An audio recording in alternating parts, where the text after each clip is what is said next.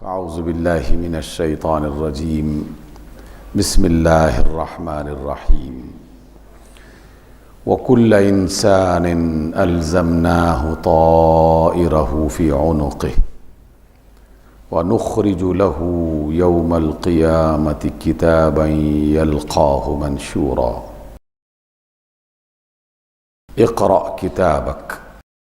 كفى بنفسك اليوم عليك حسيبا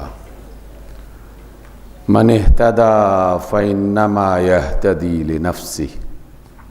ومن ضل فإنما يضل عليها ولا تزر وازرة وزر أخرى وما كنا معذبين حتى نبعث رسولا صدق اللہ مولانا العظیم۔ سورہ بنی اسرائیل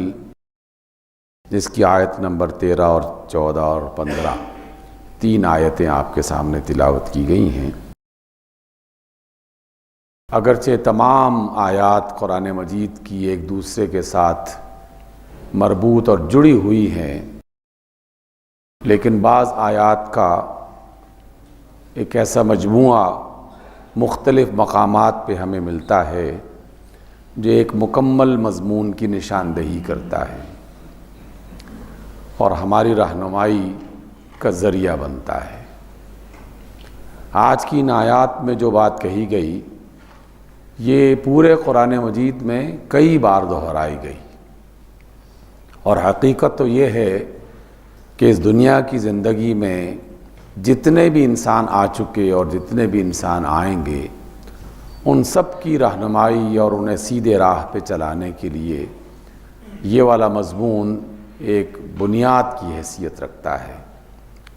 یہ انسانی ذہن سے نکل جائے تو غلط راہوں پہ چلنا اس کے لیے بہت آسان ہو جاتا ہے، اور اس کا سبب یہ ہوتا ہے کہ پھر وہ مکمل طور پر شیطان کے حوالے ہو جاتا ہے، اور شیطان اس کی مرضی اپنی مرضی کے مطابق بنانے کی کوشش کرتا ہے۔ اس وقت بھی دنیا میں ایسی قومیں موجود ہیں جو تصور آخرت اور دنیا میں انسان کے جینے اور اللہ تعالیٰ کا اس کے ساتھ ایک مربوط نظام کہ وہ اسے دیکھ رہا ہے، وہ اس کی نگرانی کر رہا ہے، وہ اس کے تمام اعمال کا، اس کی باتوں کا ریکارڈ رکھ رہا ہے، اور مرنے کے بعد صرف انسان اور جن یہ دو مخلوقات ایسی ہوں گی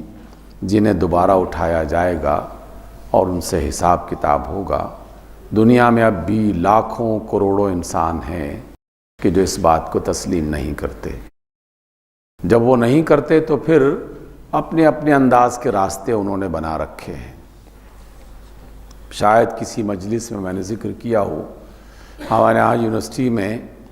افریقہ کے بعض ممالک، بلکہ ایک بڑی تعداد میں مختلف ممالک کے طلباء پڑھتے تھے اور اب بھی پڑھتے ہیں۔ ایک بار ایک پروگرام میں انہوں نے اپنے ایک ملک کا منظر دکھایا ویڈیو کیسٹس کی شکل میں، کہ ایک شخص ان کے علاقے میں مرتا ہے، وہاں کا جو بھی مذہبی پیشوا ہے مسلمان نہیں تھا، وہ ایک گروہ کی شکل میں ایک مختصر سے جلوس کی شکل میں اس کی لاش کو ایک پہاڑی علاقے میں لے جاتے ہیں، اور وہاں ایک بڑی چٹان پہ اس کی لاش کو، اس مرے ہوئے انسان کی لاش کو لٹا کر مذہبی پیشوا ایک بڑا خنجر نکالتا ہے، پہلے اس کا سینہ چیرتا ہے اور اس میں سے دل نکال کر آس پاس بیٹھے ہوئے کتے، کوے، چیلیں ان کو کھلا دیتا ہے، پھر اس کا جگر نکالتا ہے، پھر وہ کھلا دیتا ہے، پھر اس کے دونوں بازو کاٹتا ہے، پھر وہ کھلا دیتا ہے، پھر اس کی دونوں ٹانگیں کاٹتا ہے، پھر وہ کھلا دیتا ہے۔ جب یہ منظر میں نے جب دیکھا تو بلا مبالغہ 1-2 ہفتے تک کھانا کھانے کو جی نہیں جا رہا تھا، اتنا کریہ اور اتنا مکروہ قسم کا منظر تھا۔ اس کی لاش کو ٹکڑے ٹکڑے کر کے جانوروں میں کھلا کے وہ لوگ رقص کرتے ہیں، اور وہ مذہبی پیشوا کوئی مذہبی گانا یا کوئی گیت یا کچھ کلمات وہ زبان سے نکالتا ہے، اور بتانے والے نے بتایا کہ اب یہ اپنے لوگوں سے یہ کہہ رہا ہے کہ ہم نے اس مرے ہوئے انسان کے ٹکڑے کر کے جانوروں پرندوں کو کھلا دیا ہے، بات ختم ہو گئی، اب اس کے بعد کوئی حساب کتاب نہیں، کوئی آخرت نہیں، کوئی جزا سزا نہیں، دنیا کے ان معاملات سے آزاد ہو گیا۔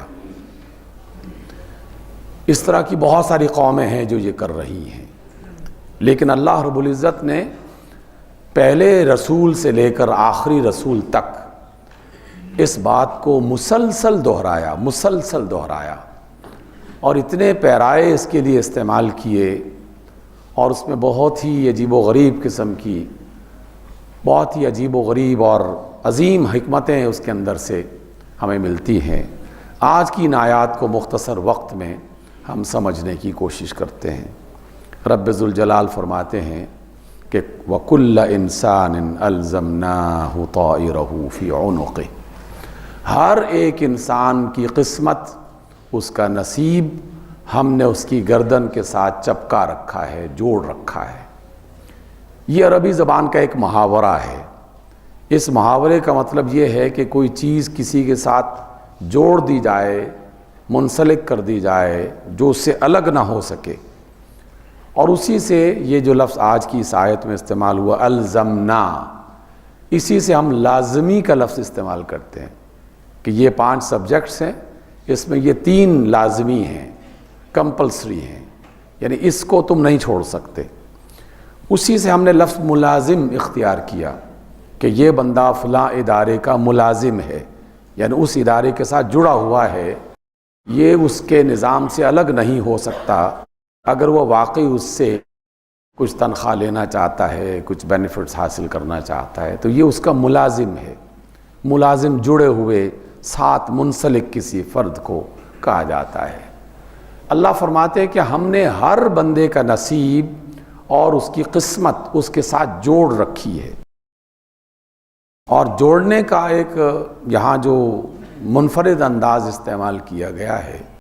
وہ آج کی سائنس اور ٹیکنالوجی سے تعلق رکھنے والے لوگوں کے لیے قابل غور بات ہے۔ یہ ہم نے اپنی آنکھوں سے دیکھ لیا، ہماری دنیا میں اب یہ بات کوئی انہونی اور انوکھی بات نہیں ہے کہ آپ ایک سوئچ بیٹھے بیٹھے اس کو ٹچ کریں اور اس سے بہت دور فاصلے پر ایک مشین ہے وہ حرکت میں آ جاتی ہے، درمیان میں کوئی تار نہیں، وائرلیس سسٹم ایسا بنا دیا گیا، اور اب تو اس کو مزید بہت ہی زیادہ لطیف بنا دیا گیا ہے کہ آپ پلکوں کے جھپکنے سے مشینیں چلا سکتے ہیں اور پلکوں کے جھپکنے سے اسے بند کر سکتے ہیں، ہاتھ کے اشارے سے اسے چلا سکتے ہیں اور ہاتھ کے اشارے سے اسے بند کر سکتے ہیں۔ اپنا چہرہ کسی موبائل کے سامنے لے کے آئیں وہ آن ہو جائے گا، اپنا چہرہ ہٹا دیں تو وہ آف ہو جائے گا۔ تو ہم نے یہ فضا میں ایک ایسی لطیف چیز دریافت کر لی کہ یہ کچھ ذرات ہیں، یہ کچھ ویوز ہیں، یہ کچھ لہریں ہیں جنہیں سے انسان نے اپنے قابو میں کر لیا ہے، اور اس کی وجہ سے انسانوں کے بنائی ہوئی مشینیں اس کے اختیار میں آ جاتی ہیں، اس کو چلاتا ہے۔ ہماری انسان کی عقل کتنی بڑی عقل ہے، سارے جہان میں موجود انسانوں کا دماغ اور ان کی عقل اکٹھی کر لی جائے تو اللہ تعالیٰ کا جو علم ہے اس کے ایک ذرے کے برابر نہیں ہے، اس کے ذرے کے برابر نہیں ہے۔ اور اس اللہ نے کہا کہ ہم نے ہر ایک انسان کی قسمت اس کے ساتھ چپکا دی ہے۔ ایک ایسی چپ اللہ تعالیٰ نے ہمارے جسم، ہمارے خون، ہمارے ڈی این اے کا حصہ بنا دیا ہے کہ میں جو کچھ کہوں خود بخود وہ اس میں ریکارڈ ہو جائے گا، میں جو کچھ کروں خود بخود اس کی تصویریں وہاں منتقل ہو جائیں گی، اور یہ انسان کے قریب، یا عنق عربی زبان میں گردن کو کہا جاتا ہے، اس کا مطلب ہے بہت ہی قریب، اس سے زیادہ اور کیا قریب کوئی چیز ہو سکتی ہے۔ تو اللہ نے کہا کہ جناب ہم نے آپ کا نصیب آپ کے اتنا قریب رکھا ہوا ہے کہ وہ تمہارے جسم کا حصہ ہے، تم جو کچھ سوچو، جو کچھ کرو، جو کچھ بولو، وہ سب کچھ اس میں ریکارڈ کیا جا رہا ہے اور ہو رہا ہے۔ اس بات کو واضح کرنے کے لیے اس آیت کا دوسرا حصہ وہ مدد دیتا ہے۔ اللہ نے فرمایا کہ وَنُخْرِجُ لَهُ يَوْمَ الْقِيَامَةِ كِتَابًا يَلْقَاهُ مَنْشُورًا، وہ نصیب جو ہم نے اس کے بہت ہی قریب رکھا ہوا ہے، جو اس کے اعمال کو، اس کے اقوال کو، اس کی باتوں کو ریکارڈ کر رہا ہے، یہ قیامت کے روز ایک کھلی کتاب کی شکل میں ہم اس کے سامنے پیش کر دیں گے۔ کھلی کتاب کی شکل میں، کھلی کتاب کی شکل میں، یہ کوئی انہونی بات نہیں رہی آج کی دنیا میں۔ آپ کے موبائل پہ ایک میسج آتا ہے، وہ میسج اس اسکرین کا حصہ ہے، لیکن آپ اس اسکرین کو کسی کمپیوٹر کے ساتھ جوڑ دیں اور اسے کسی پرنٹر کے ساتھ جوڑ دیں تو وہ جو خیال اس کے اندر لکھا ہوا ہے وہ کتاب کی شکل میں باہر آنا شروع کر دیتا ہے، اور ہم اسے ایک کتاب بنا کے لوگوں کے سامنے پیش کر دیتے ہیں۔ یہ تو ہم کر رہے ہیں۔ تو اللہ رب العزت نے فرمایا کہ تمہارا نصیب، اور تمہارا نصیب کیا ہے؟ تمہاری زندگی کا پورا ریکارڈ، روز اول سے لے کر جب سے مجھے شعور عطا کیا گیا اس روز آخر تک، جب تک میرا سانس چلتا رہے گا، اس پوری زندگی کا مکمل ریکارڈ وہ ہم نے تمہارے جسم کا حصہ بنا دیا ہے، تمہارے ڈی این اے میں اس طرح چھپا دیا ہے کہ تمہیں اب نظر نہیں آ رہا، لیکن حشر کے میدان میں اچانک ہم حکم دیں گے اور تمہارے اندر ہی سے ایک کتاب کھلی ہوئی تمہارے سامنے آ جائے گی، اور تم اس کو دیکھو گے کہ ہر ورق پہ میری اپنی لکھی ہوئی تحریر مجھے پڑھنے کے لیے کہا جائے گا کہ پڑھو، یہ تم نے لکھا تھا۔ اس ریکارڈ کو نہ کسی حادثے میں ضائع کیا جا سکتا ہے، اس ریکارڈ کو نہ بدلا جا سکتا ہے، اس ریکارڈ پر نہ کوئی فنگس لگ سکتا ہے۔ کوئی ایسی دنیا کی طاقت نہیں ہے جو میرے اعمال اور میری زندگی کے گزرے ہوئے لمحوں کے اس ریکارڈ کو ضائع کر سکے، تبدیل کر سکے،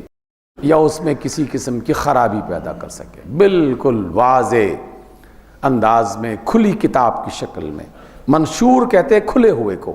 بکھری ہوئی چیز کو اکٹھا کر دیا جائے تو اس کے لیے اسی سے نشریات کا لفظ ہم استعمال کرتے ہیں کہ کوئی چیز ریکارڈ کی جاتی ہے پھر اسے پھیلا دیا جاتا ہے۔ تو اللہ رب العزت فرماتے ہیں کہ نخرج لہ یوم القیامت، ہم اس کے اس نصیب کی کتاب کو نکالیں گے قیامت کے روز، کتاباً، ایک کتاب کی شکل میں، یلقاہ منشورا، وہ اسے کھلے ہوئے انداز میں پائے گئے۔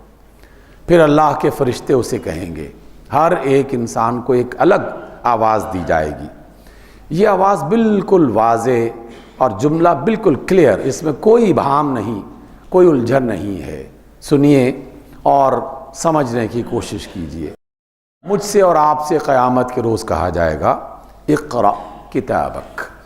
پڑھو اپنی کتاب، یہ جو تم نے لکھی تھی، جو میں نے لکھی تھی۔ اقرأ کتابک کفیٰ بنفسک اليوم علیک حسیبا، کافی ہے آج تیرے لیے حساب کے اعتبار سے، تمہارا احتساب کرنے کے لیے تمہاری اپنی کتاب ہی کافی ہے، کسی محتسب کی عدالت میں جانے کی ضرورت نہیں، کسی ایسی عدالت میں جانے کی ضرورت نہیں ہے کہ جہاں کے جج، جہاں کے گواہ، جہاں کا پورا نظام وہ نہ قابل اعتماد ہے نہ مکمل ہے۔ جب چاہو عدالتوں کو بدل دو، جب چاہو قاضیوں کو خرید لو،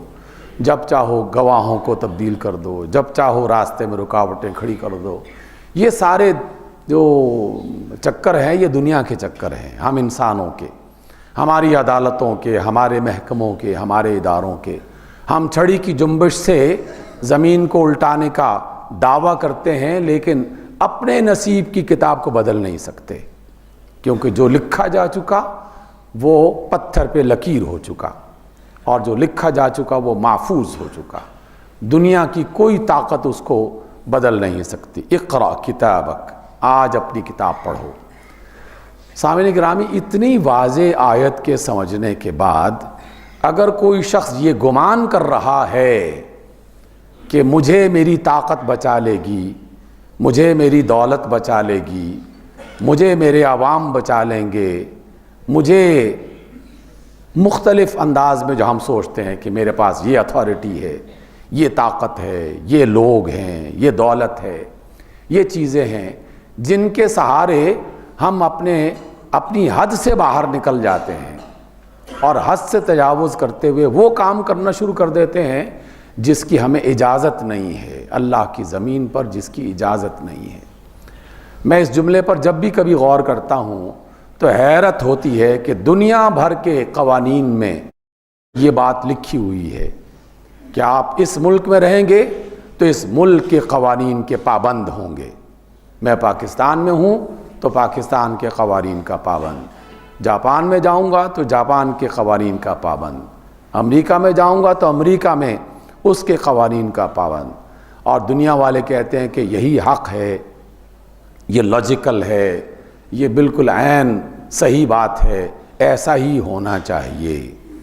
اس کو تو ہم مانتے ہیں،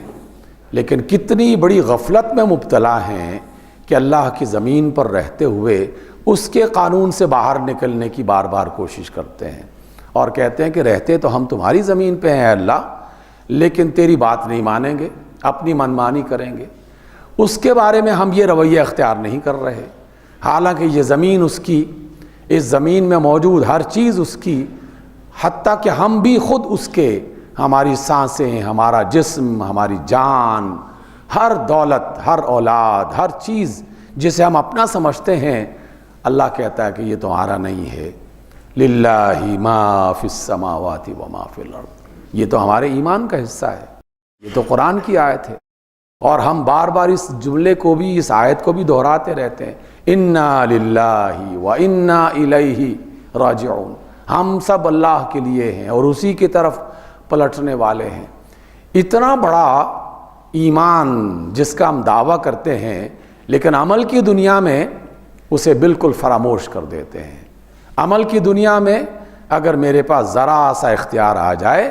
تو میں سمجھتا ہوں کہ دنیا کا مالک میں ہو گیا ہوں، ملک کا قانون میرے اشارے پر چلتا ہے، لوگ میرے اشارے پر میری انگلیوں پہ ناچیں گے۔ یہ ہم دنیا میں، عمل کی دنیا میں ایسا کرنے کی کوشش کر رہے ہوتے ہیں، جبکہ حقیقت ایسی نہیں ہے، حقیقت ایسی نہیں ہے، اس کو جان لینا چاہیے۔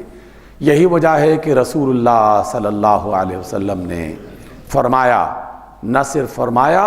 بلکہ اکثر اس پر عمل کیا کرتے تھے کہ رات کو اپنے حجرے سے اچانک بیدار ہو جاتے اور نکل جاتے اور مسجد نبوی کے ذرا قریب جو جنت البقیع ہے قبرستان، اس قبرستان میں چلے جاتے، گھنٹوں وہاں کھڑے رہتے، ان قبروں کو بھی دیکھتے ہوں گے، اس میں موجود انسانوں کے بارے میں بھی سوچتے ہوں گے، اللہ کے اذن اور اللہ تعالیٰ کی کائنات اور اس کی حکومت کے بارے میں بھی سوچتے ہوں گے۔ اللہ کے رسول فرماتے ہیں کہ کبھی کبھار قبرستان میں جایا کرو، کیونکہ جو لوگ وہاں پڑے ہوئے ہیں زیر زمین، وہ بھی کبھی تمہاری طرح اسی زمین پر دندناتے پھرتے تھے۔ ان میں سے بھی کچھ لوگ ایسے تھے جو مغرور تھے اور غرور کی نگاہ میں ان کے سر پاگل ہو گئے تھے اور اپنی طاقتوں کا غلط استعمال کرنے لگے تھے، جب چاہیں کسی کی عزت اچھال دیں، جب چاہیں کسی کی جان لے لیں، جب چاہیں کسی کو نظر بند کر دیں، جب چاہیں کسی کا مال لوٹ لیں۔ یہ دنیا میں ایسا کرتے رہے، لیکن کب تک یہ سلسلہ رہے گا؟ یہ سلسلہ روز اول سے کچھ شیاطین نے اختیار کیا، لیکن جس نے بھی اختیار کیا زمین نے اسے کھینچ کر اپنے دامن میں سمیٹ لیا اور اسے کہا کہ نہیں، ہاں کچھ وقت کے لیے تم اپنے غرور میں مبتلا ضرور ہو جاتے ہو، لیکن یہ کائنات اللہ کی ہے، یہ زمین اللہ کی ہے، تمہاری جان اللہ کی ہے، تم خود بھی اللہ کے ہو، اپنی مرضی سے کچھ وقت تو ایسا کر سکتے ہو لیکن ہمیشہ نہیں کر سکتے۔ اس لیے فرمایا اللہ رب العزت نے، کفا بنفسک اليوم علیک حسیبا، آج تیری اپنی لکھی ہوئی تیار کردہ کتاب تیرے حساب کتاب کرنے کے لیے بہت کافی ہے۔ من اہتدی فانما یہتدی لنفسہ،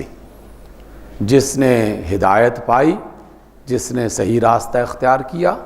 اس نے ہدایت اپنے فائدے کے لیے پائی ہے۔ نہ یہ اللہ پر احسان ہے، نہ اللہ کے رسول پر احسان ہے،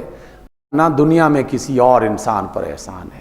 میں اگر اللہ کی بات مان رہا ہوں تو میں اپنا بھلا خود کر رہا ہوں، کیونکہ اسی میں میری نجات، اسی میں میری کامیابی، اسی میں میری اللہ تعالیٰ کے ہاں برتری کا کوئی سامان پیدا ہوتا ہے۔ اس لیے من اہتدی فإنما یہتدی لنفسہ، اے لوگو اگر تم کسی اچھی بات کو اختیار کر چکے ہو تو اسے اللہ کا اپنے آپ پر احسان مانو۔ تمہارا کسی پر کوئی احسان نہیں ہے، نہ میرا آپ پر احسان، نہ آپ کا مجھ پر کوئی احسان۔ وَمَن ضَلَّ فَإِنَّمَا يَضِلُّ عَلَيْهَا، اور جو گمراہ ہوا، غلط راہ پہ چل پڑا، تو اس کی گمراہی اسی کے لیے وبال جان بنے گی، اسی کے لیے مصیبت بنے گی۔ اور اللہ نے فرمایا، یہ جملہ بھی بہت واضح ہے، اس آیت کو بھی ہمیں بار بار سمجھنا چاہیے۔ وَلَا تَزِرُ وَازِرَةٌ وِزْرَ أُخْرَى، دنیا میں کوئی شخص کوئی کام بھی کرے گا تو اس کا حساب کتاب اسے خود دینا پڑے گا۔ قیامت کے روز کوئی بھی شخص کسی دوسرے کا بوجھ نہیں اٹھائے گا۔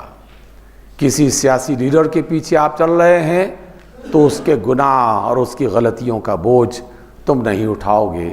اور تمہاری گناہوں کا اور تمہاری غلطیوں کا بوجھ وہ نہیں اٹھائیں گے۔ کسی مذہبی پیشوا کی اتباع کر رہے ہو اور وہ غلط راہیں دکھاتا ہے تو قیامت کے روز یہ نہیں کہا جا سکتا کہ اللہ اس بندے نے مجھے گمراہ کیا تھا، اس پارٹی نے مجھے گمراہ کیا تھا، اس نے مجھے غلط راہ پہ لگا دیا تھا۔ قیامت کے روز کوئی کسی کا بوجھ نہیں اٹھانے والا۔ مجھے اپنا بوجھ خود اٹھانا ہے، آپ کو اپنا بوجھ خود اٹھانا ہے۔ تو جب خود ہی مجھے سب کچھ کرنا ہے قیامت کے روز، تو پھر ابھی سے اپنی آنکھیں کھول لینی چاہیے، اور کسی کے کہنے پر، کسی کے لالچ پر، کسی کے خوف دلانے پر غلط راہ کو اختیار کرنا کسی بھی صورت میں ہمارے بھلے میں نہیں ہے۔ اس لیے فرمایا کہ کوئی شخص، کوئی قوم، کوئی جماعت، کوئی گروہ کسی دوسرے کا بوجھ نہیں اٹھائے گی، اپنا بوجھ آپ کو خود ہی اٹھانا پڑے گا۔ سامعین گرامی، اگر کوئی شخص اس کو تسلیم کر لے، اور تسلیم کرنا چاہیے، اس لیے کہ اللہ کی بات ہے، اس کا انکار تو ہو نہیں سکتا۔ اس کی بات ایسی نہیں ہے کہ جو کسی سیاسی شخص کا بیان ہے یا کسی ایسے شخص کا کوئی قول ہے کہ جس کو وہ کل مکر جائے اور بدل دے۔ اللہ کا فرمان ہے، اور اس کا فرمان اٹل، دو ٹوک، واضح اور بالکل حقیقت پر مبنی ہے۔ کوئی شخص کسی دوسرے کا بوجھ نہیں اٹھائے گا۔ فیصلہ کر لیجئے، اور ہر وقت کرتے رہنا چاہیے، اپنے آپ کو ریوائز کرتے رہنا چاہیے کہ میں کسی کے پیچھے چل رہا ہوں، کسی کی بات مان رہا ہوں، اس کی بات مانتے ہوئے کسی کو نقصان پہنچا رہا ہوں، تو اس کا ذمہ دار میں خود ہوں گا قیامت کے روز۔ قیامت کے روز کوئی دوسرا میری مدد کو نہیں آئے گا۔ اور آخری بات آج کی اس ملاقات میں، اللہ رب العزت نے فرمایا وَمَا كُنَّا مُعَذِّبِينَ حَتَّى نَبْعَثَ رَسُولًا، ہم کسی قوم کو عذاب نہیں دیتے، سزا نہیں دیتے جب تک کہ اس میں کوئی رسول نہ بھیج دے۔ یہ اللہ تعالیٰ کے قانون ہے، اس نے اپنی دنیا کے لیے اسے اپنے اوپر خود سے لاگو کر رکھا ہے۔ اگرچہ وہ مختار کل ہے، کچھ بھی کر سکتا ہے، لیکن اس کا ایک نظام ہے، وہ اپنے نظام کا خود اپنے آپ کو پابند بناتا ہے کہ اگر کسی کو حق اور سچ کی بات کا پتہ نہیں ہے،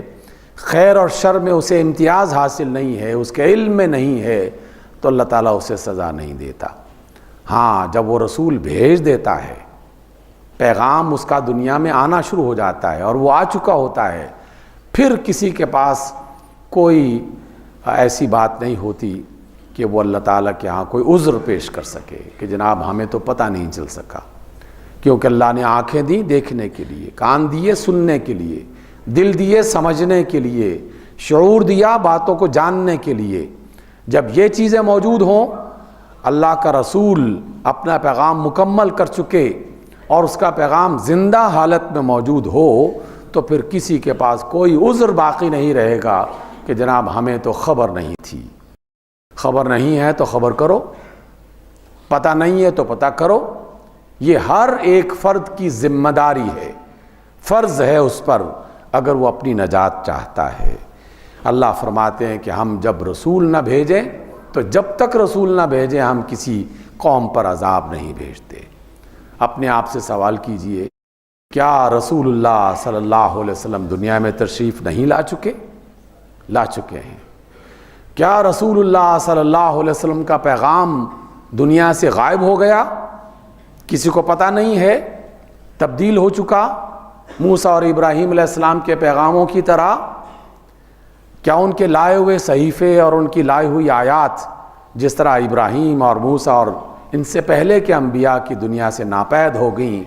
کیا رسول اللہ صلی اللہ علیہ وسلم کی